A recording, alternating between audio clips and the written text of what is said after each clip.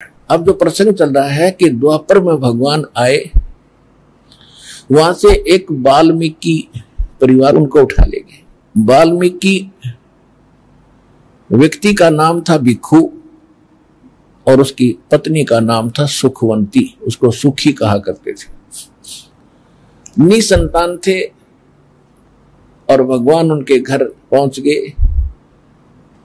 5 वर्ष की आयु से ही परमात्मा ने आसपास के जितने ऋषि महर्षि थे उनके छक्के छुड़ा दिए, लेकिन जाति विशेष का पहले बहुत ज्यादा डिफरेंस था, भेदभाव बहुत घना था। उधर से केवल एक सुदर्शन नाम के अन्य वाल्मीकि परिवार में ही जन्मे व्यक्ति ने कबीर परमात्मा के ज्ञान को स्वीकारा था। सुदर्शन के बारे में आपने बहुत सी कथाएं सुनी होंगी महाभारत के अंदर।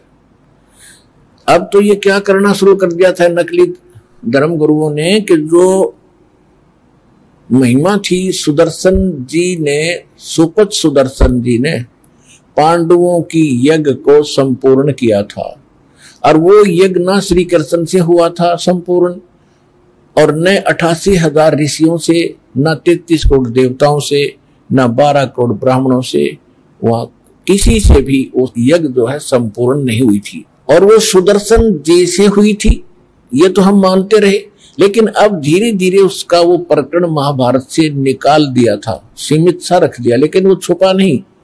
ओरिजिनल ग्रंथों में हमारे पास आज भी विद्यमान है ये कथा।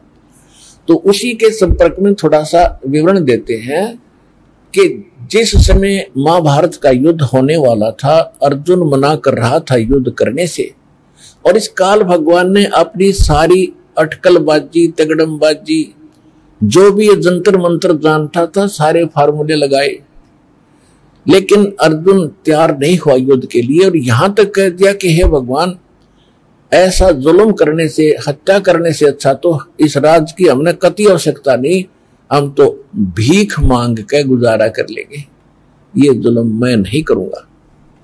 अब ये क्या कहा करते हमारे धर्मगुरु कि अर्जुन अपना धर्म भूल गया था। अक्षत्रिय धर्म याद दिलाने के लिए भगवान ने कहा तू युद्ध कर ले, तू युद्ध कर ले। मनुष्य का धर्म तो भक्ति और दया है, वह उसने दया और भक्ति दोनों नाश कर दी उसकी। कृष्ण जी नहीं थे, श्री कृष्ण में काल बोल रहा था। श्री कृष्ण जी तो तब तक थे उसमें जब तक युद्ध के बीच में आमने सामने सेना नहीं खड़ी हुई, उसके बाद तुरंत काल प्रवेश कर गया। और जब तक उसका सर्वनाश नहीं हो लिया, 18 करोड़ सेना नहीं मर ली दोनों की, तब तक श्री कृष्ण में प्रवेश रहा। उसके बाद कृष्ण अकेला रह गया। महाभारत में प्रकरण आता है कि जो गीता का ज्ञान श्री कृष्ण जी ने कहते युद्ध के दौरान दिया था, और युद्ध के बाद अर्जुन पूछता है कि भगवान मुझे वो ज्ञान फिर सुना दो, तब श्री कृष्ण जी कहते मुझे तो याद नहीं, कुछ और एटबट कर रहे हैं। फिर बाद में एक ऋषि आया था, उसने मुझे ज्ञान बताया था, वो सुनाता हूं। तो इसे सिद्ध है कि श्री कृष्ण नहीं बोल रहे थे, वो काल बोल रहा था। गीता अध्याय नंबर 2 के श्लोक नंबर 37-38 में कहता है कि अर्जुन तो निष्काम भाव से युद्ध कर, लाभ हानि को छोड़कर युद्ध कर, इस प्रकार युद्ध करने से तो पाप को प्राप्त नहीं होगा। और फिर तुरंत लाभ हानि याद दिला रहा है कि यदि तेरी मृत्यु होगी तो स्वर्ग में जाएगा युद्ध में मरने वाला, और युद्ध जीत गया तो पृथ्वी का राज भोगेगा, तेरे दोनों हाथों में लड्डू। तो ये थी अटकलबाजी काल की, केवल युद्ध कराना उद्देश्य था उसका। आगे जो ज्ञान इसने दिया है वो वेदों वाला है। वेदों से हटकर जो इसने कुछ अटपट की है वो अलग से स्पष्ट दिखाई देती है, क्योंकि हमारे पास इन सभी सदग्रंथों को जांचने का एक पैमाना मिल गया। सूक्ष्म वेद, जो सूक्ष्म वेद में लिखा वो बिल्कुल सही है, और सूक्ष्म वेद से जितना मेल खाता वेदों से, वेद सही है। वेदों और सूक्ष्म वेद का जितना अंश वेदों में है वो सूक्ष्म वेद का वो सही मिलता है, वेदों में नहीं है वो सूक्ष्म वेद में है। और इससे हटकर जो ज्ञान गीता में बोला है ये इसका अपना मत है। किसका? काल भगवान का, इस ब्रह्म का। ये कहता है ये मेरा मत है, और जो अन्य है वो ज्ञान वेद ज्ञान है। तो जो इसका मत है और सूक्ष्म वेद से नहीं मिलता है तो रिजेक्टेड है। कहने का भाव ये है कि अर्जुन को जैसे तैसे डरा धमका के ऐसा भयंकर रूप दिखा के, उसका तो उद्देश्य था इसको युद्ध करे, किसी तरह नाश करे। और अर्जुन ने धीरे धीरे, अर्जुन टालना चाहता था कि किसी तरह ये भूल जाए, इस जिद ने छोड़ दे कृष्ण, क्योंकि तो कृष्ण भी मान रहे थे। इसलिए ज्ञान अड़ाता रहा, है भगवान वो ज्ञान दीजिए, ऐसे ज्ञान दीजिए। तो सारा कुछ ज्ञान देने के बाद अर्जुन समझ गया कि ये क्या चाहता है, ये युद्ध चाहता है। और लास्ट में फिर कहने लगा, अपना विराट रूप दिखा दिया। अर्जुन जैसा योद्धा खड़ा खड़ा कांप रहा देख करके उस भयंकर रूप को। भगवान का ऐसा बुरा रूप होता है, और काल था। तो लास्ट में सारा कुछ ज्ञान गीता का बता के, और काल पूछता है कि अर्जुन तेरे आगे अकल में बोल क्या चाहता है। अर्जुन को पता था जय मैंने ना कर दी, और ये चाहता युद्ध। एक बार इसने फिर से विराट रूप दिखा दिया, मेरा तो कलेजा फट जाएगा। तो अर्जुन ने हाँ कर दी, जी जो मैं समझ में आ गई मेरा बात, और मैं युद्ध करूंगा। मरता क्या नहीं करता। अब वो महाभारत का युद्ध हो गया। युद्ध के बाद कौरवों का नाश हो गया। 18 करोड़ सेना कटका मर गई, करोड़ों बहन विधवा होगी, करोड़ों बच्चे अनाथ हो गए। और फिर उसके बाद राजा युधिष्ठिर जी को राजगद्दी पर बैठा दिया। कुछ दिनों के बाद युधिष्ठिर जी को ऐसे भयंकर स्वप्न आने लगे। ओहो, कहने का भाव यह है कि प्रेत बाधा से पीड़ित हो गया। जितनी हत्या उसने युद्ध में देखी थी वो सारी सपने में चक्कर दिखाई दे। बहनें रो रही हैं, विलाप कर रही हैं, अपनी चूड़ियां फोड़ रही हैं, मत्था रगड़ रहे हैं। अनाथ बच्चे चिल्ला रहे हैं, रो रहे हैं, पिताजी कब आओगे, पिताजी कब आओगे। ऐसा भयभीत होकर वो बैठ जाता है। युधिष्ठिर सारी सारी रात बैठकर काटता, जैसे ऐसे कोई डरा हुआ व्यक्ति रहता है। खाना पीना छोड़ दिया।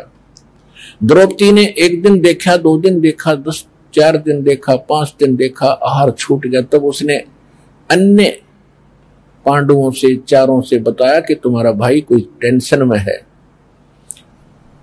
और ये इतना टेंशन में है कि कुछ भी कर सकता है, आत्महत्या भी कर सकता है। ऐसी स्थिति है, खाना पीना त्याग दिया है। तब उन चारों पांडवों ने, अपने चारों भाइयों ने अपने बड़े भाई से अर्जी लगाई कि भाई क्या बात हुई, हमें भी बताओ, हम भी आपके दुख को शेयर करना चाहते। युधिष्ठिर टाल देता था कि बच्चे भाई छोटे हैं, इनको क्यों दुखी किया, मैंने तो दुख जो हुआ सो हुआ। वो कह देता था नहीं कुछ नहीं कुछ नहीं, कि नहीं अब ऐसे नहीं चलेगी, आपने बताना पड़ेगा, या फिर आप हमें अपना भाई नहीं मानते हो। तब उसने स्पष्ट बता दिया कि मुझे स्वप्न में ऐसे ऐसे नजर आता है, मेरे बस की बात नहीं। वो बहनें रोती नजर आती हैं जिनके पति की मृत्यु होगी, शहीद हो गए युद्ध में। और युद्ध कहते हैं धर्म युद्ध था, खाक धर्म युद्ध था। चाचे ताऊआ के आपस में प्रॉपर्टी का रोड़ा था, वो क्या हम दे दे, वो क्या हमारी है। ये धर्म युद्ध बता, कोई धर्म युद्ध था ये? 2 भाइयों का प्रॉपर्टी का डिस्ट्रीब्यूशन पर झगड़ा हो गया, वो क्या मेरी है, वो क्या मेरी, लठबाज गया। और कहते हैं ऐसे मरने वाले स्वर्ग में जाएंगे, खाक जाएंगे स्वर्ग में। फिर तो लठ बजा ले दो किसी के साथ और मर गया तो स्वर्ग में गया। ये कोई बात हुई? ऐसा ज्ञान हमारे अंदर फीड कर रखा था, जिसे शांति के स्थान पर अशांति ही हो सकती है। अब क्योंकि श्री कृष्ण जी पांडवों के धर्म गुरु भी थे, धार्मिक गुरु भी थे, तो जब कोई आपत्ति आती है तो गुरु जी से ही उसका समाधान प्राप्त किया जाता है, जाना जाता है। सभी बैठकर रथ में द्वारका पहुंचे, और अपने कृष्ण जी रिलेटिव भी थे, गुरु भी थे, दोनों बात थी। साला भी था और गुरु भी था अर्जुन का। तो वहां जाकर उन्होंने सारी बात बताई कि ऐसे ऐसे भाई को बड़ी दिक्कत आ रही है, सारी कथा सुनाई। तो श्री कृष्ण जी से पूछा कि इसका समाधान बताओ और ये कारण बताओ, इसको क्या दुख हुआ। श्री कृष्ण जी ने कहा कि कारण तो ये है कि तुमने जो महाभारत में पाप किए, बंधु घात किया, भाई मारे, रिश्तेदार मारे या सेना मारी, वो पाप, वो दुख तुम्हें दुखी कर रहा है, वो पाप। उसका समाधान क्या है? समाधान ये है कि एक अश्वमेघ यज्ञ करो, पूरी पृथ्वी पर संदेश भेज दो, पूरी पृथ्वी के जितने ऋषि महर्षि ब्राह्मण वो सभी आए और ऊपर के देवताओं को भी आमंत्रित कर दो। और इसके अंदर एक शंख रखा जाएगा, शंख पंचानन, जिसके 5 मुख होंगे, 5 मुंह का शंख होगा, और उसको अलग से रखा जाएगा सुसज्जित स्थान स्टेज पर अलग से। और उसमें ये सभी भक्त और संत ऋषि महर्षि ब्राह्मण ये सभी भोजन कर लेंगे, और भोजन करने के उपरांत ये शंख स्वतः आवाज करेगा, इसमें फूंक लगाने की आवश्यकता नहीं पड़ेगी, जहां रखा ये वहां से आवाज करेगा। तो समझ लेना कि आपकी यज्ञ संपूर्ण होगी और आपका ये संकट निवारण होगा। और यदि शंख नहीं बजा तो ये समझ लेना कि यज्ञ पूर्ण हुई नहीं, संकट निवारण नहीं हुआ। अब इसमें कितना खर्चा होना था? 33 करोड़ देवता, 88,000 ऋषि और 12 करोड़ ब्राह्मण और 56 करोड़ यादव भी बुलाने, क्योंकि रिलेटिव थे, रिश्तेदार थे, सगे संबंधी तो बुलाया करें, यज्ञ में कोई पाठ धर्म हो रहा होता है। तो 56 करोड़ यादव भी आने थे। और उसमें कितना खर्च होना था अंडरस्टूड है। अब उस समय अर्जुन के माइंड में स्ट्रोक लगा कि महाभारत के युद्ध के दौरान गीता के ज्ञान में खुद कह रहे थे प्रभु कि अर्जुन तेरे दोनों हाथों में लड्डू है, यदि मृत्यु को प्राप्त हुआ तो स्वर्ग में जाएगा, विजय हुआ तो पृथ्वी का राज भोगेगा। और साथ में ये भी कह रहे थे कि तुम्हें कोई पाप नहीं लगेगा। और आज कह रहे हैं कि ये युद्ध में किए हुए बंधुघात का पाप तुम्हें दुखी कर रहा है, ये आत्माएं दुखी कर रही है। तो उस समय इसलिए नहीं बोला अर्जुन कि यदि आज मैंने ये टॉपिक पूछ लिया, प्रश्न कर दिया, तो भाई युधिष्ठिर ये सोचेगा कि इसमें करोड़ों रुपये लगने हैं, करोड़ों रुपए लगने हैं, धन व्यय होना है मेरे उपचार में। और अर्जुन वाद विवाद इस उद्देश्य से कर रहा है कि ये खर्च करना नहीं चाहता। और जय ये भाई महसूस कर गया कि ये अर्जुन ये चाहता है, मैं चाहता तो कुछ और हूं, और टॉपिक यही होगा कि आप कह रहे थे युद्ध में तुम्हें पाप नहीं लगेंगे, पाप कहां से आ गए हमारे ऊपर। तो युधिष्ठिर महसूस करेगा कि अर्जुन नहीं चाहता ये यज्ञ हो और धन व्यय हो, तो ये कभी भी उपचार नहीं कराएगा, मर जाएगा, ये ऐसे नेचर का आदमी है। इस कारण से अर्जुन शांत हो गया और सब्र अपना संतोष किया, अपनी देसी भाषा में कि छाती में मुक्का मारा कि होने दे जो हो रहा है, अब बोलना ठीक नहीं।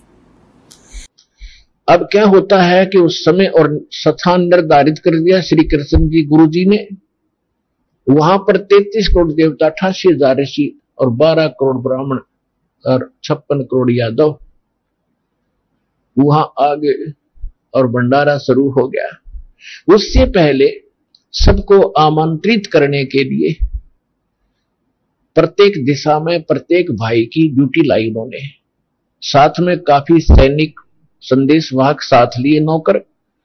तो भीम की जिस साइड में पांडव का जो भाई एक भीम था, उसकी जो सेवा लगी थी निमंत्रण देने की, इनविटेशन कार्ड बांटने की, उस साइड में ये सुपथ सुदर्शन जी रहते थे। जब सुदर्शन जी परमेश्वर के ज्ञान से परिपूर्ण थे, परिचित थे, जब वहां पर भीम पहुंचा कि हे महात्मा जी, हे भगत जी, मैं राजा युधिष्ठिर का भाई भीम हूं और ऐसे ऐसे हम एक अश्वमेघ यज्ञ कर रहे हैं और आप जी सादर आमंत्रित हैं, आप अवश्य आइएगा। तब सुदर्शन जी ने कहा, अरे भीम, यदि मुझे बुलाना है तो आप जो यज्ञ करने जा रहे हो, ऐसे 100 यज्ञ जो तुमने कर रखी हो कभी किसी जन्म में, उन 100 यज्ञ का संकल्प मुझे कर दो, उनका पुण्य मुझे दे दो, तब मैं तुम्हारी इस यज्ञ में भोजन आहार करने आऊंगा। तुमने तो ऐसा जुल्म कर रखा है, तुम्हारा कोई अन्न भी खा लेगा वो भी नरक में जाएगा। तुमने करोड़ों बहन विधवा कर दी और करोड़ों बच्चे अनाथ कर दिए, और आज तुम सुख चाहते हो इस गद्दी पर बैठकर। तुम्हारे तो अंत बुरा होगा। तुम्हारे से तो कसाई भी अच्छा। अब भीम भी पहलवान था, मोटे दिमाग के होते पहलवान थोड़े से। अब उसको उठा गुस्सा। उसने ये सोचा था कि हमारे पास साथ श्री कृष्ण जी रहे और वो हैं तो हमारी यज्ञ में क्या बाधा आएगी, और ये एक दो कौड़ी का जीव ना आएगा, एक गरीब सा वाल्मीकि, तो कौन सा फर्क पड़ेगा। गुस्सा होकर कहने लगा कि महात्मा जी अपनी जुबान यही बंद कर लीजिए, आज मुझे अपने भाइयों का और श्री कृष्ण का डर ना होता तेरे मुंह न तोड़ देता मैं, और खबरदार आज के बाद ऐसी बकवास कर दी, तेने आना हो तो आना, न मत आना। अब ठीक है, सुदर्शन जी तो 4 महीने थे आप नाट गया। अब सब इकट्ठे हो गए और शंख रख दिया, सबने भोजन खा लिया, शंख नहीं बजा। शंख नहीं बजा तो श्री कृष्ण जी की ओर युधिष्ठिर देखने लगा, भगवान हमारा बनी नहीं बात। श्री कृष्ण जी ने कहा कि इस शंख को बजाने वाला तो इस यज्ञ में उपस्थित ही नहीं हुआ है। अब श्री कृष्ण के मुंह की ओर देख रहे हैं पांचों पांडव कि आपसे समर्थ भी और कोई होगा, आपने भोजन खा लिया, वो मन में सोच रहे हैं। युधिष्ठिर ने पूछा कि ऐसा कौन महापुरुष है जो यज्ञ में नहीं पहुंचा। श्री कृष्ण जी ने अपनी दूरदृष्टि से देखा कि एक सुपस नाम के सुदर्शन ऐसे ऐसे इस दिशा में रह रहे हैं, और वो महात्मा क्यों नहीं आए, क्या कारण है, वहां कोई संदेशा उसको पहुंचाया कि नहीं पहुंचा। तो जिस दिशा में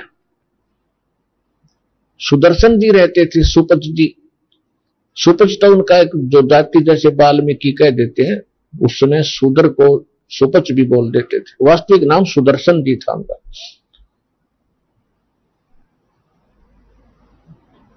तो पता था उनको कि साइड में भीम गए थे। भीम से पूछा कि भाई साहब आपने इस महापुरुष से बात करी, उनको निमंत्रण दिया कि नहीं दिया। तो भीम ने बताया कि मैं गया था और सुदर्शन जी से मिला था, मैंने उससे कहा तो वो गलत बोला, वो तो कुबोल आदमी है। और परमात्मा अपनी सूक्ष्म वाणी में कहते हैं, जेता मीठा बोलवा तेता संत ना हो, और खरी खरी जो कहते संत कहावे सो। श्री कृष्ण जी ने पूछा भी के कुबोल बोला, उसने बता तो दे। मैंने कहा जी मैं युधिष्ठिर राजा का भाई भीम हूं, और ऐसे ऐसे हमने एक यज्ञ किया है, आप भी आमंत्रित हैं। उन्होंने जवाब दिया कि जो यज्ञ तुम कर रहे हो ऐसी ऐसी 100 यज्ञ का पुण्य मुझे दे दो, तब मैं चलूं। और साथ में ये भी कहा कि तुमसे तो कसाई भी अच्छा, तुमने करोड़ों आदमी मार दिए और वो हाहाकार मची, यार तुम सुख की आशा लगाए बैठे हो। श्री कृष्ण जी को पता था कि यो भी कुछ कह काया होगा, वैसे तो बात बने नहीं कि आपने क्या कहा, सच्ची बताना। तो भीम बोला कि मैंने उसको कहा कि तेरा मुंह फोड़ दूंगा मैं, मुझे श्री कृष्ण और भाइयों का थोड़ा डर ना होता, और चुप हो जा, बेशक मत आना। तो श्री कृष्ण जी ने कहा कि आप कितने संकट से गुजर रहे हो और साधु संतों से आपका ये व्यवहार है, तो सुख कैसे प्राप्त होगा। आपने ये बहुत बड़ी गलती की, संत के साथ ऐसा विवाद, ऐसा कुवचन तो आपने बोला, उसने तो सुवचन बोला, उसने सच्ची कही, और वो नहीं आएगा तो तुम्हारा कोई काम नहीं बनेगा। और करोड़ों रुपये खर्च हो दिए और बात वहीं की वहीं। अब कहते हैं मरता क्या नहीं करता।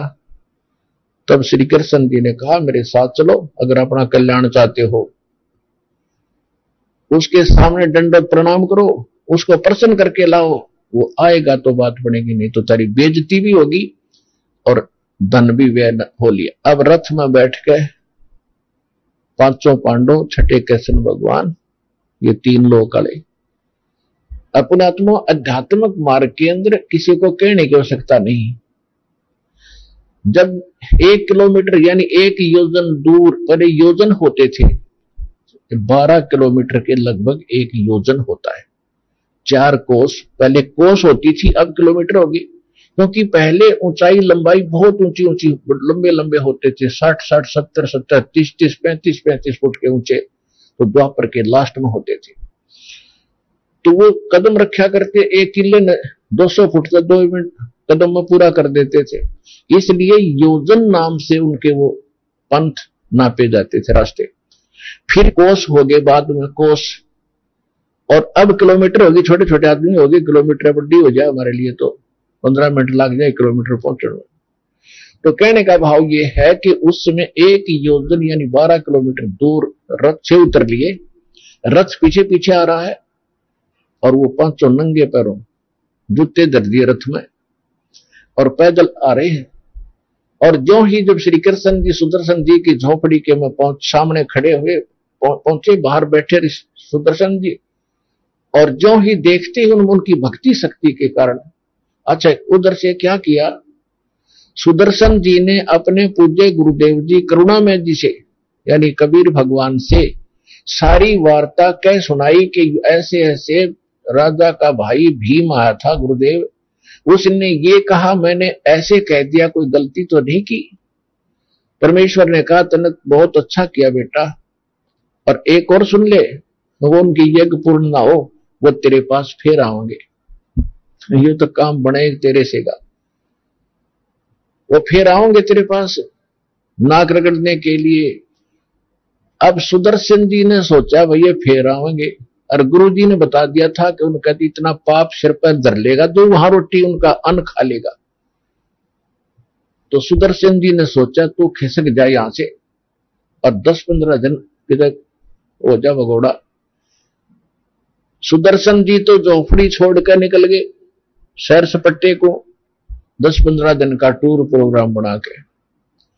अब अपने भगत की इज्जत रखने के लिए, भगवान भक्ति को जीवित रखने के लिए स्वयं सुदर्शन रूप बनाकर वहां बैठ के झोपड़ी में बाहर अध्यात्म मार्ग के अंदर किसी को कहने की आवश्यकता नहीं किसमें शक्ति और किसमें नहीं है। जब त्रिलोकी भगवान श्री कृष्ण वहां पहुंचे और सामने वो समर्थ शक्ति बैठी, अपने आप शीश झुक गया उसका, ये किसी के बस की बात नहीं, और दंडवत प्रणाम किया। जब श्री कृष्ण दंडवत प्रणाम कर रहे हैं एक वाल्मीकि और सुदर्शन को, तो साथ में पांचों पांडवों ने भी करना था, क्योंकि उनकी तो नानी याद आ रही थी उनको।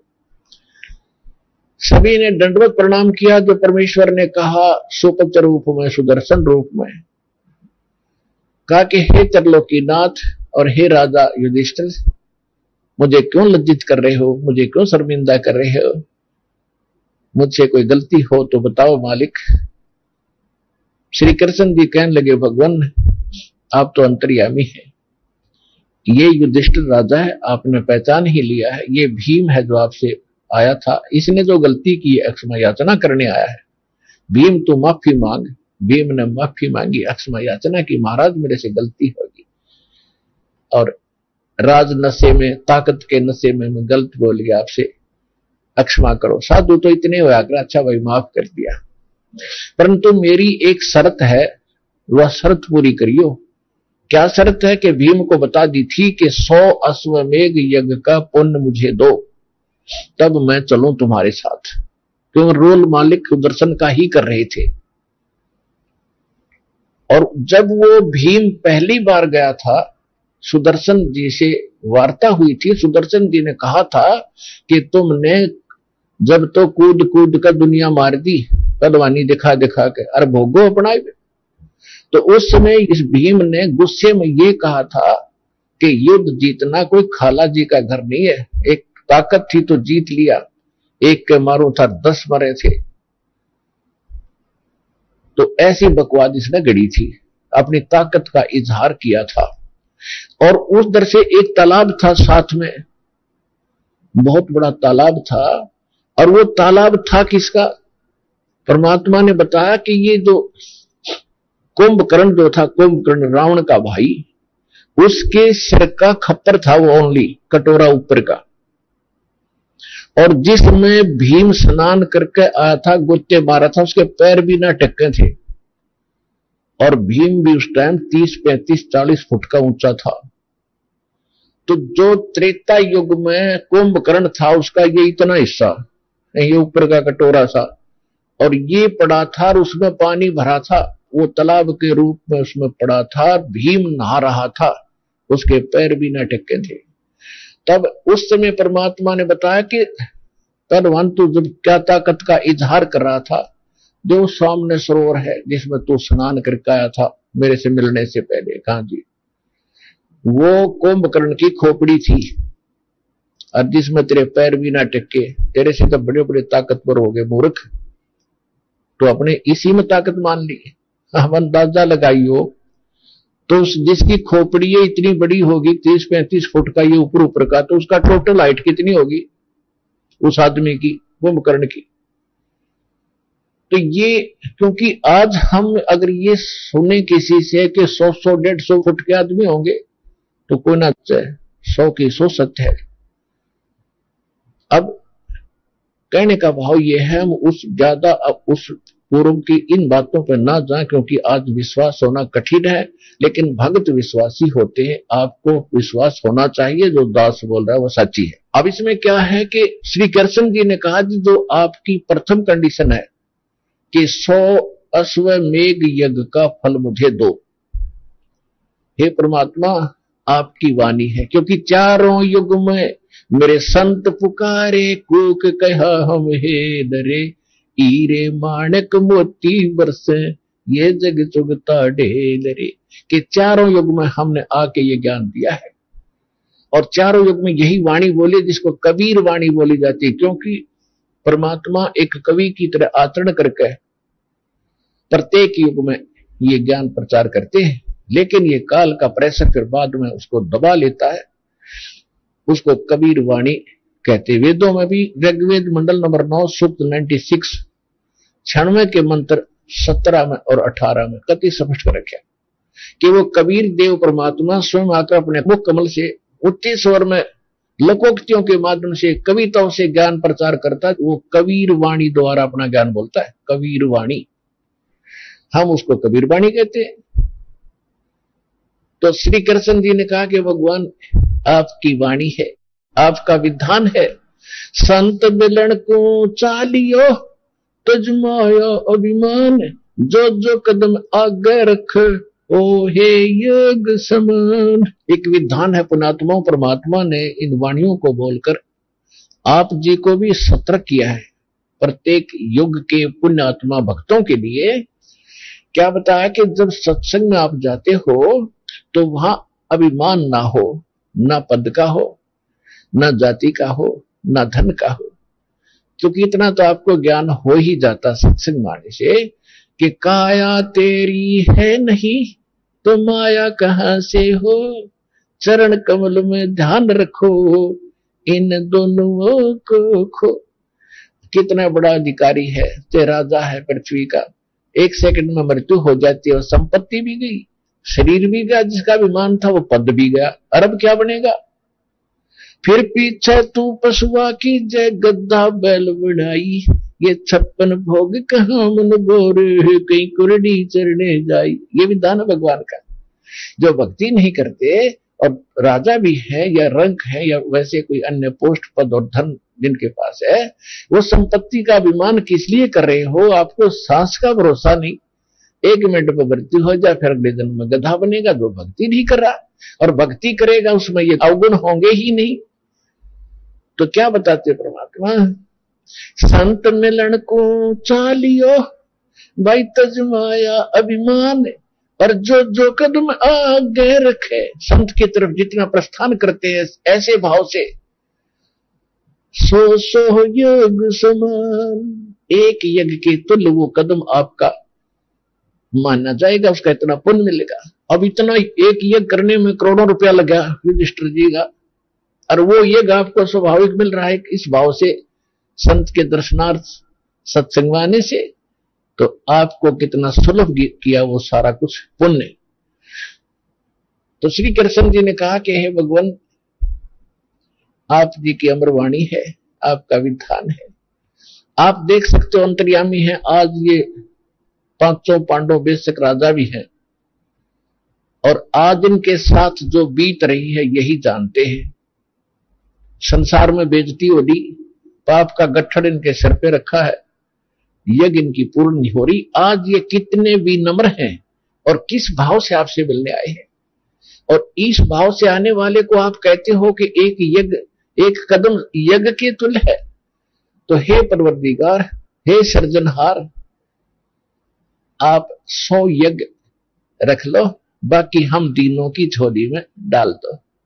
वहां से यहां तक आने के लिए कहां से, जहां से चले हैं, चाहे रथ में आए हैं और चाहे आप गाड़ी में आते हो, चाहे रेलगाड़ी में आते हो, कार में आते हो, वहां से यहां तक के जितने स्टेप हैं ये आपके एक यज्ञ के तुल्य माने जाते हैं। जो ऐसे भाव से आते हैं, सच्ची श्रद्धा से आते हैं, तो उसमें पांडवों की तो जमीन खिसक रही थी पैरों के नीचे की। संकट नौकानु और धन खर्च हो दिया बहुत गना, तो वो तो साधु भूखा भाव का, धन का भूखा ना, उनको क्या जरूरत थी यज्ञ प्राप्त करने की। वो तो एक उनका अपना सामर्थ्य दिखाना चाहते थे।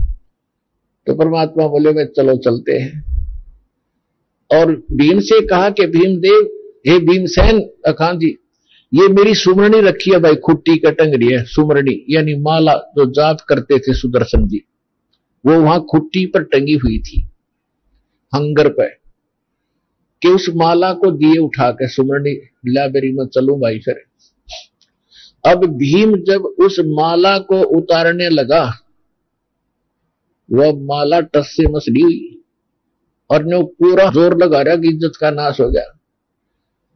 परमात्मा बोले रहा पहलवान, जब न्यू का था शूरवीर कि एक का मारो था 10 मरे थे, ताकत ने युद्ध जीता। अब ये एक माला ना उतरती तेरे तो ताकतवर शर्मिंदा होकर छोड़ कर बैठ गया, और परमेश्वर ने ऐसे हाथ किया था, माला अपने आप उठ कर आएगी, आंगली में गल गई। तो पुण्यात्मा तब उनको यकीन हुआ था कि घड़े डरे हुए थे युधिष्ठिर, और कि उनके मन में जच्चा भी थी, वो सामने बैठा एक झोपड़ी में, एक कैसी वेशभूषा थी परमात्मा की, जैसे शूद्र। आप आज से पहले तो और ज्यादा थी, वर्तमान में ऐसा नहीं रहा। तो कैसे एक फटे पुराने से कपड़े मैले से, एक लंगोटी धोती बांध रखी घुटनों तक टेढ़ी बेडी सी, और बैठा ऐसे थोड़ी दाढ़ी सी बड़ी हुई। तो ऐसे व्यक्ति को देखकर उनका विश्वास नहीं हो रहा था पांडवों का कि ये महापुरुष होगा। और जब तक थोड़ा बहुत विश्वास ना हो, थोड़ी बहुत आस्था नहीं बने, तो वह कच्चापन रहता है। तो वो दृढ़ता लाई, जब वह माला अपने आप उठ कर आई तो उनको कुछ विश्वास हुआ कि संत है भाई का टेक। हम तो इस बात में ज्यादा पसंद करते हैं, छोटी मोटी छू मंत्र देख लें तो ज्यादा जल्दी असर हो जाता है। लेकिन परमात्मा को रथ में बैठा के और फिर कहां पहुंचे, फिर पहुंचे यज्ञ में, और यज्ञ मंडप में 33 करोड़ देवता, 88,000 ऋषि, 12 करोड़ ब्राह्मण और उनके रिश्तेदार यादव 56 करोड़ बैठे, सारे आसन न्यारे न्यारे दे रखे। और जो ही उस मंडप में परमात्मा पहुंचे, छोटी सी लंगोटी धोती बांध रहे और शूद्र टाइप से, जैसे एक ग्रामीण से होते हैं, और वह बैठे सारे कति प्रभु पाके, सबके आसन न्यारे न्यारे देवताओं के, ऋषियों के, और पूजा करो, सब मत्था टेके हुए दांडी पाक रहे थे। और जब वो क्या कह रहे थे, आपस में डिस्कशन कर रहे थे कि शंख क्यों नहीं बजा, तो ऋषि लोग, देवता लोग, ब्राह्मण कह रहे थे इनके पाप पे बहुत गड़े हैं, ऐसे कैसे बजेगा शंख, इनको तो भोगने ही पड़ेंगे। और जो परमात्मा प्रवेश किए सुदर्शन रूप में, सब अपने मुख पर कपड़े रख रख कर हंस रहे हैं कि ये लाए खोज कर, ये बजाएगा इनका शंख, इतने पाप इकट्ठे कर लिए इन्होंने। तो वो तो ऐसी धारणा किए हुए थे। उधर से द्रौपदी को जाकर के श्री कृष्ण जी ने कहा कि हे द्रौपदी बहन, अब ये आ गया इस महापुरुष के भोजन करने से तुम्हारा काम बनेगा, तुम्हारी यज्ञ पूर्ण होगी। और बढ़िया भोजन बना बहन, बढ़िया भोजन तैयार करो महापुरुष के लिए, स्वच्छ नहा धो के। अब द्रौपदी ने सोचा कोई नौकर नौकरानी ने कहूंगी कदे काम बिगाड़ दे, और संत को पसंद ना आते, एक रह रहा है यो खुश करना, और इसी से सब कुछ होगा। अपने हाथों उस रानी ने, द्रौपदी तो रानी थी उस समय, अपने हाथों से भोजन बनाया कई प्रकार का, अलग अलग से कई सब्जी बनाई, दाल बनाई की तक कचौड़ी की तक पकौड़ी, दही बड़े, रोटी, हलवा, खीर, पूरी सारे बना के नारे नारे आइटम और थाली में रख दिए, सुदर्शन जी के सामने रख दिए। अब सुदर्शन जी क्या करते थे, वो केवल 5 ग्रास खाते थे, यानी उसने एक अपना फार्मूला बना रखा था भी ना ज्यादा खाना है और ना कम खाना है। भक्ति ऐसे ही होती है जैसे श्रीमद् भगवत गीता अध्याय नंबर 6 के श्लोक नंबर 16 में स्पष्ट है कि हे अर्जुन, ना तो ये योग माने भक्ति साधना, न तो ज्यादा खाने वाले की और ना बिल्कुल ना खाने वाली यानी व्रत रखने वाले की, और न ज्यादा सोने वाले की और ना लोग दिखावा ज्यादा जागने वाले की, ये कभी सफल नहीं होती। और सूक्ष्म वेद में कहा कि प्रथम अंजल संयम राखे और योग युगत सब सतगुरु राखे। पहले खाने में संयम बरते, इतना भी ना खा ले दड़ी पक्का, फिर रूटे गड़ाई नींद आवे, फिर कैसे भक्ति करेगा। और ऐसे बिल्कुल भी ना खा कर कमर टेढ़ी हो जाए, बिना खाए आंत मुस जाए, ये कैसे भक्ति बनेगी। और ना ज्यादा जागने से भी भक्ति नहीं बनेगी, ना ज्यादा सोने से बनेगी। यानी सिंपल वे से कहते हैं प्रथम अंजल संयम राखे और योग युगत सब सतगुरु भाखे। ऐसी ज्ञान सतगुरु देगा कि ना तो व्रत रखना और ना ज्यादा लोग दिखावा जागरण की हो सकता, नींद आवा जब सो जा, और घना सोना भी नहीं है, ऐसे भक्ति हो। तो क्या किया था जो सुदर्शन जी, अपना 5 यानी जो भी खाते थे दलिया खिचड़ी बनाया करते थे, और कौन सा साग सूग की सब्जी बनाते थे, घास फूस तोड़ के और उसमें रोटी डाल के ऐसे बना के 5 बार खाते थे, बस 5 ग्रास, फिर नहीं खाते थे। तो ऐसे ही मालिक ने रोल तो वही करना था, यो परमात्मा है, यो कच्ची नहीं छोड़ता किसी भी भूमिका को। जैसे काशी में आए 120 वर्ष रहे और धानक बन के दुल्हा बन के न्यू का न्यू रोल किया, कि तो कपड़े बेच रहे हैं, कि तो अपना रोजा कपड़े बुन रहे हैं, चरखा चला रहे हैं, और खुद मालिक सारी सृष्टि के बुनने वाले। तो वहां भी इटी जाकर बैठ के किसी के स्वप्न में भी नहीं कि सुदर्शन नहीं है। अब कृष्ण जी को थोड़ा सा आभास होता कि ये बेसिक सुदर्शन हो पर है परमात्मा का रूप,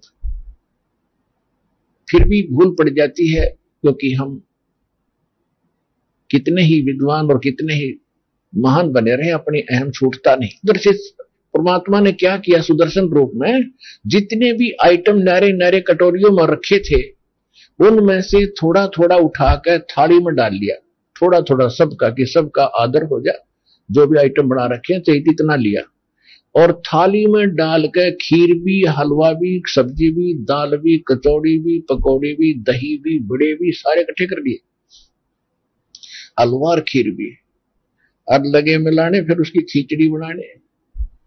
अब द्रौपदी ने देखा, सोचा कि इसने खान का भी ना पता, युक्का है कि शंख बजाएगा, शूद्र रहा, शूद्र का मन में सोच रही है वह। मैंने तो 1 घंटे तक आंखें फुड़वाई धुम्मे में चूल्हे पे, और नारे नारे आइटम बनाए, इसने सारा ही गुड़ गोबर कर दिया, गाय का शंख बजाएगा। और यह कुदरती बात होती है, बहन कोई अतिथि आ जाता है तो इतना बढ़िया भोजन बनाती है, ये सोच करके कहीं ये खाने वाला मेरे बनाए हुए भोजन को बाहर जाकर के बिसरावा नहीं, यूं ना कह दे कि किसी बहन सी फूहड़ सी, ना सब्जी नमक ठीक था ना कुछ और ठीक था। अपनी जितनी सूझबूझ से वो अन्य दिनों से अधिक अच्छा भोजन तैयार करती है, बिल्कुल लो ला के बनाती। तो उसने उस दृष्टिकोण से तो वो वैसे बनाया था, और वो नो सोचा थी वो घास फूस खानी आदमी, और आज ये खाओगा कभी खीर कभी हलवे, उंगली चाटता रह जाएगा और मेरी 100 जगह गुण गाओगा कि द्रौपदी जैसा आहार भोजन मैंने कहीं नहीं खाया भाई। वो आशा ये लगाई बैठी थी, वो उसने सारी आशाओं पर पानी फिर गया जब महापुरुष ने इकट्ठा कर लिया।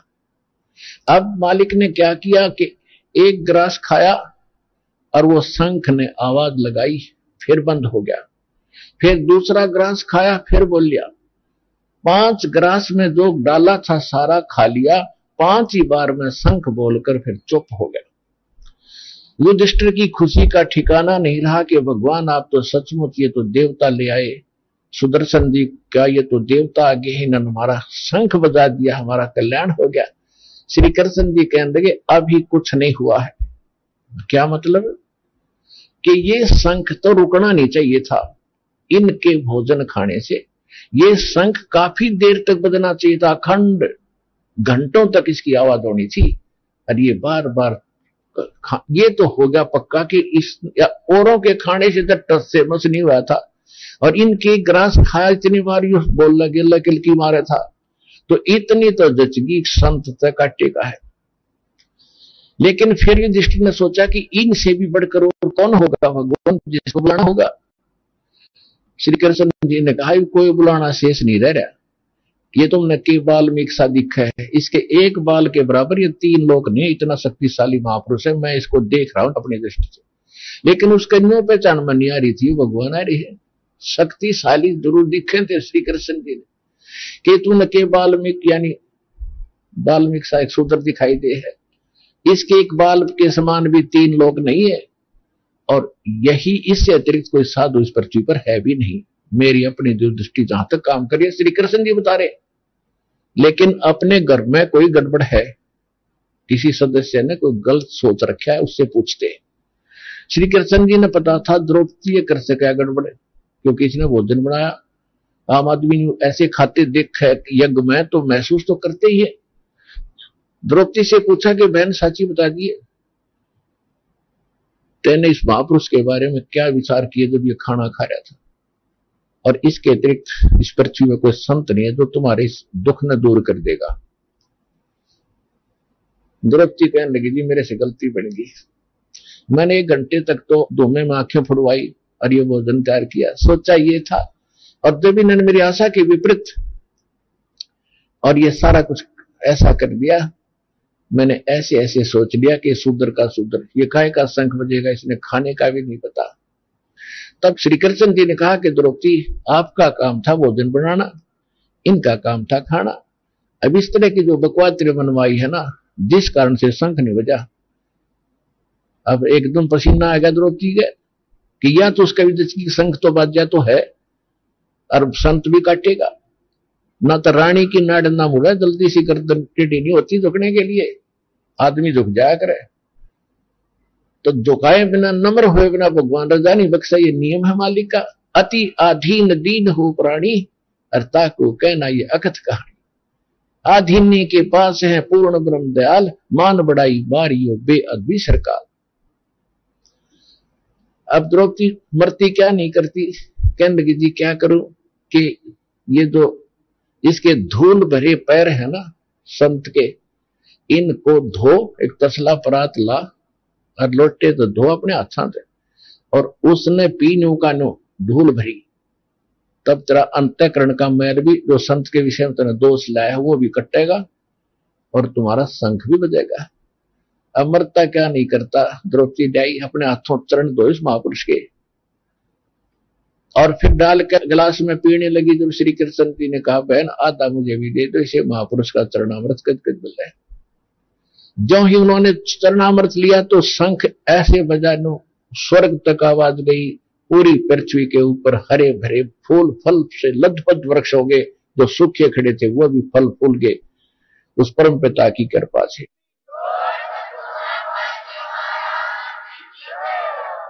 अब थोड़ा सा वो अमृतवाणी जो गरीबदास साहिब जी ने भगवान की महिमा की बोली है, जैसे तुलसीदास जी ने श्री रामचंद्र जी के विषय में लाखों वर्ष पहले की घटना घटी हुई अपनी वाणी में चौपाइयों में चित्रार्थ की, सत्य एज इट इज बिल्कुल सही। ऐसे ही गरीबदास साहिब को परमात्मा मिले थे और उनकी दिव्य दृष्टि खोल दी थी। तो गरीबदास जी की जो दिव्य दृष्टि थी वो तुलसीदास जी की दिव्य दृष्टि से कई गुना रेंज की थी, कोई 1000 गुना ज्यादा थी ताकतवर। श्री जो तुलसीदास जी थे वो श्री रामचंद्र जी तक ही सीमित थे और उसी की कथा को वो बता सके। और गरीबदास जी को जो प्राप्त दृष्टि हुई और आंखों देखा भगवान को वहां सतलोक में, फिर सारी व्यवस्था देखी, उसके बाद जो उन्होंने जो चित्रार्थ की है वो वाणी आपको परमात्मा की सुनाते हैं। पांचों पांडव संग हैं और छठे कृष्ण मुरारे। पांचों पांडव साथ थे और छठे आपके कृष्ण मुरारी। पांचों पांडव संग हैं और छठे कृष्ण मुरारे। चलियो हमरी यज्ञ में हे समर्थ सिरजनहारे। गरीबदास जी कह रहे हैं, श्री कृष्ण जी ये बोल रहे हैं कि हे समर्थ, ये सारी सृष्टि के रचनहार, एक बार हमारी यज्ञ में चलने का कष्ट करें। पांचों पांडव संग हैं और छठे कृष्ण मुरारे। चलियो हमरी यज्ञ में हे समर्थ सिरजनहारे। पांडव यज्ञ अश्वमेध में सतगुरु किया प्याने। पांचों पांडव संग चले और साथ छठे भगवान।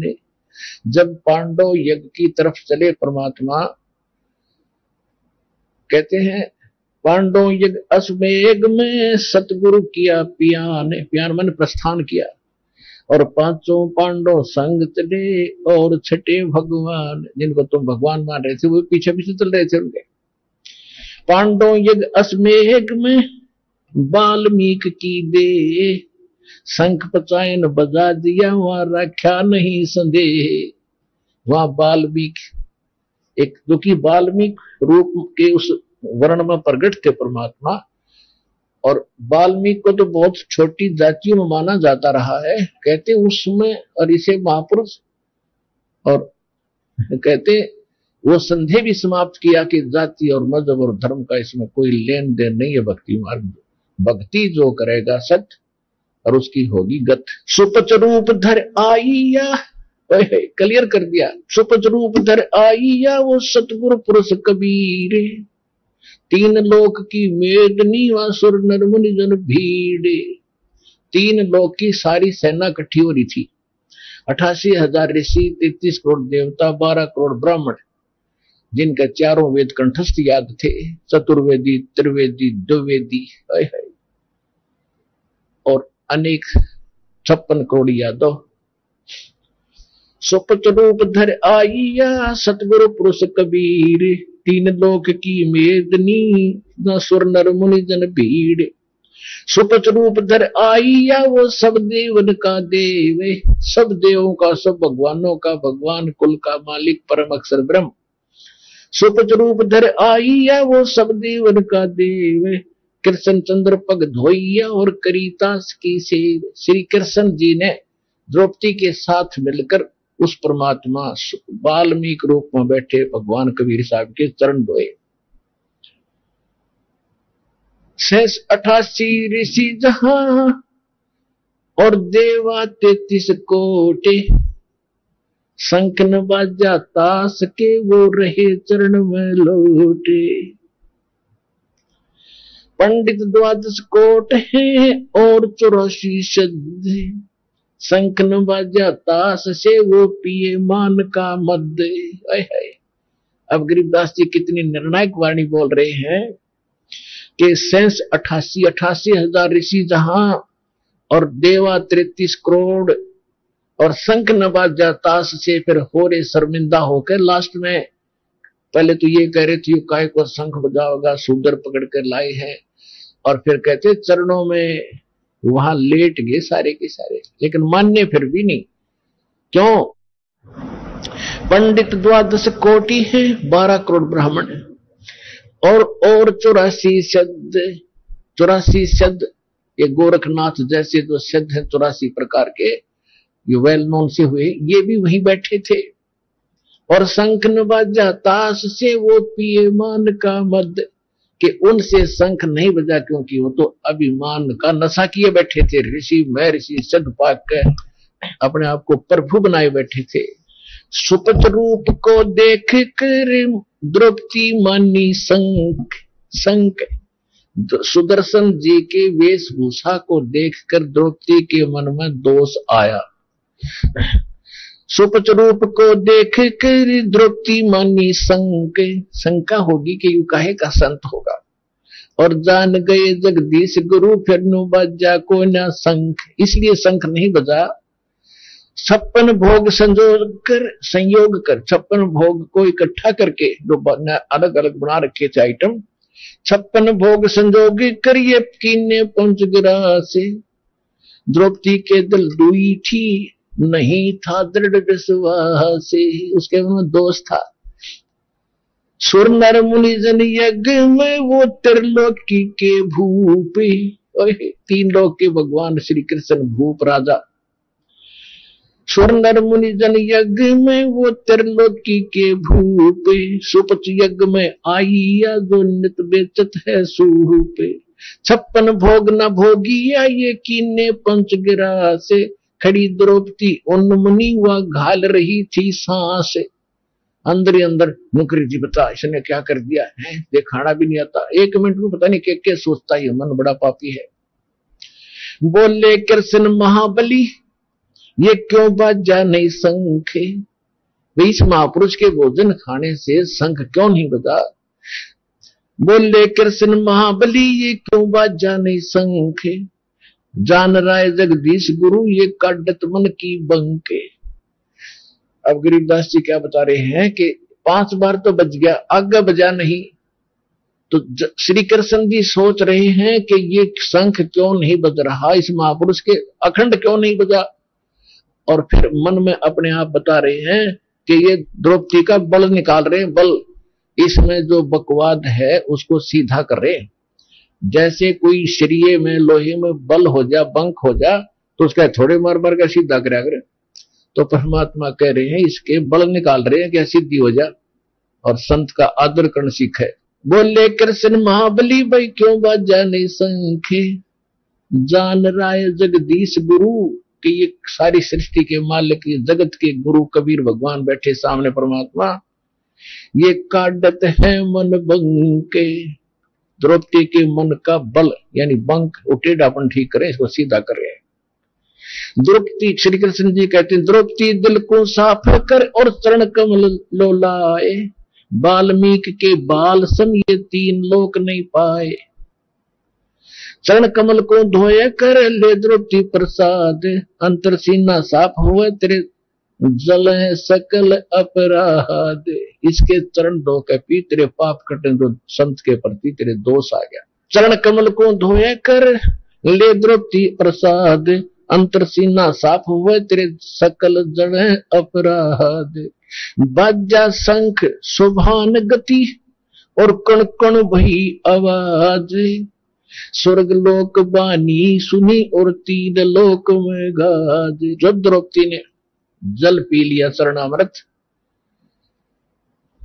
और कहते हैं इतनी गजब की आवाज हुई शंख की, मीठी मीठी मीठी मीठी, पूरे स्वर्ग तक आवाज गई। और पूरी पृथ्वी पर जितने भी वृक्ष थे सूखे भी हरे हो गए, फल फूलों से पौधे फूलों वाले फूलों से लदपद, और फलों वाले वृक्ष फलों से लदपद हो गए।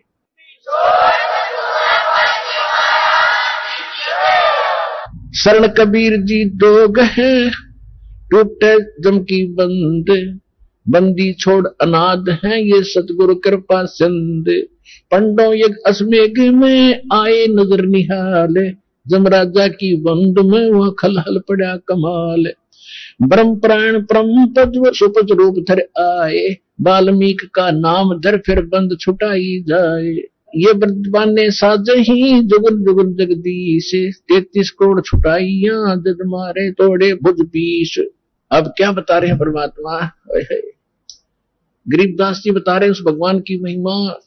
33 करोड़ देवता जहां कहते हैं यज्ञ रची जब पांडव राजा, नो नाथो नहीं नादू बाजा। अपने आत्मा में देखो, ये अगस्त ऋषि जो थे, अगस्त ऋषि जी ने क्या किया कि सातों समुद्रों को एक ही घूंट में पी लिया। बता के अकेला तोड़ दिया और के काम आया किसी के उल्टे खुट्टे ठोके।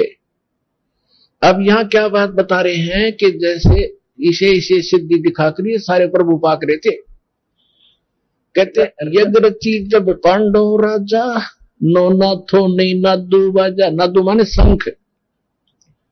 और 84 सिद्ध रिद सब मोहे, पूर्ण ब्रह्म ध्यान नीज है। ये 84 शब्द 84 और जितने भी ये थे इन्होंने, क्योंकि इन्होंने पूर्ण परमात्मा की भक्ति नहीं कर रखी थी।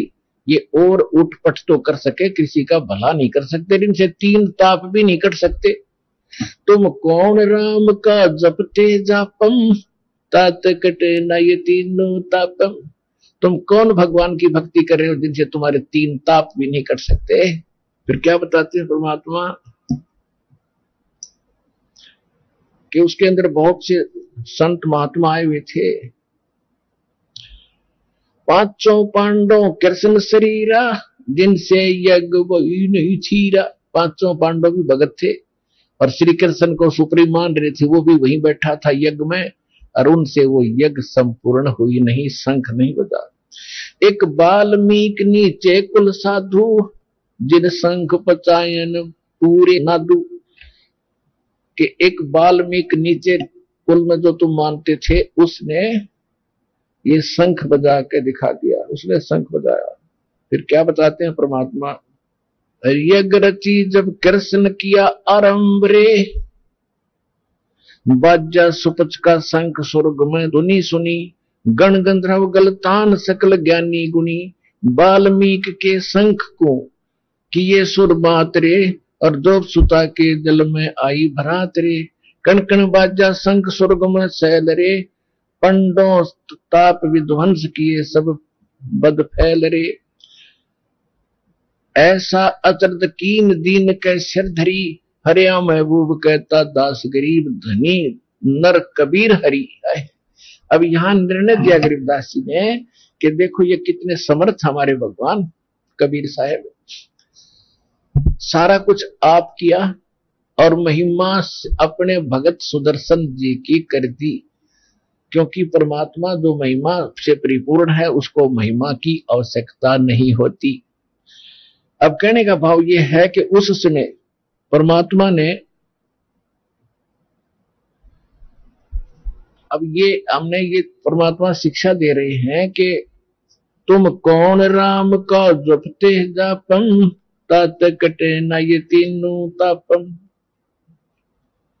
कि तुम किस भगवान की भक्ति कर रहे हो जिससे तुम्हारे ये 3 ताप भी नहीं कट पाए।